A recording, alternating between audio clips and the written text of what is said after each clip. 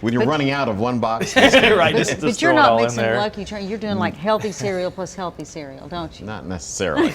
And there you have it. Well, you need something warm in the morning because it's Yeah, cold. yeah. The guarantee, we rarely like to give guarantees. It's going to be cold for a while, but not until Monday and Tuesday. We're going to see some warmer temperatures around here, at least closer to where they should be for this time of the year. Let's talk about our confidence level in the snow event. Who is going to more than likely get it, and who might not get it? Let's get right to it and show you the radar. If you're seeing the radar, you even have it on your app. Everyone's showing it now. They're like, "Oh, there's the snow. Here it comes." Well, folks, this is evaporating. The air mass at the surface is incredibly dry. Dew points are in the single digits and even sub-zero. What that tells me is most of this is going to evaporate and take some time before the column moistens up before that can make it to the ground. So the advisory, winter weather advisory in the purple shaded here, up to an inch possible. And keep in mind too, the confidence there is really, I want to say really low, but it's lower that we're going to actually get some snow here. But along and east of 95, the confidence is high, and we are talking a good amount of snow,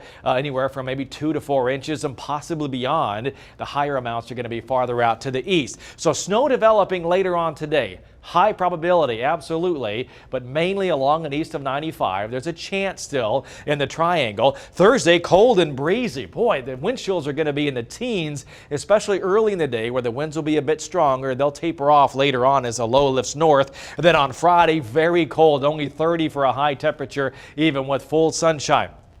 Predictor bringing some snow in. It's delayed the onset, so it's going to be in the evening hours when this moves in. And this particular model has nothing for the triangle. That's not a guarantee. There could easily be flurries or light snow in the triangle too. But the one thing all the models I'm looking at agree with is that it's going to be moderate to heavy off to our east and last a whole heck of a lot longer. Overnight, even into the early morning hours, still snowing. Where you see some of those darker shades, that's a moderate at times heavy snow. And look at 5:30 in the morning, still snowing up here. So these are the areas that we feel very highly confident are going to have significant snow. Farther west, much less chance. This is the GFS model, the latest run, one of the American models, and along and east of 95, pretty confident, a decent amounts. The farther west you go, less amounts, and I'm not buying into that either, that 1.5. Here's the early run of the European model, similar. Once you get into some other models like the Canadian, lesser amounts around here, more as we get off towards the east.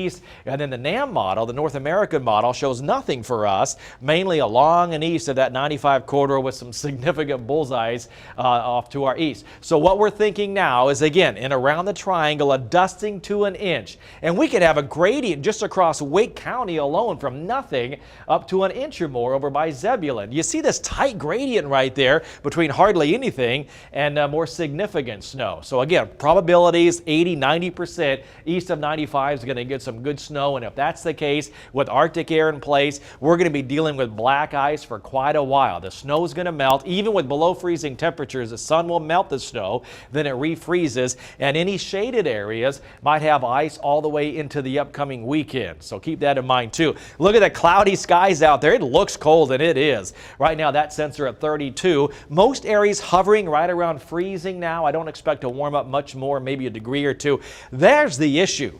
Basically, triangle and points westward, look how dry it is. Dew points this low means snow could come in aloft but evaporate when it falls. We need dew points higher, like 12, 14, even up to 20, where we can see that snow making it down to the ground. So we'll have to see that change. Even though the radar returns are showing snow, again, that's evaporating. Farther south, though, getting some good snow and sleet around Charleston. All that is lifting north, but the low looks to be far enough off the coast to be mainly a coastal issue, and then really ramp up tomorrow and be an issue up to the northeast. If you have travel plans, Philadelphia, New York, or Boston tomorrow, pack your patience. So a cold, breezy day tomorrow. Friday, very cold and staying cold. Look at the frigid start Saturday and Sunday.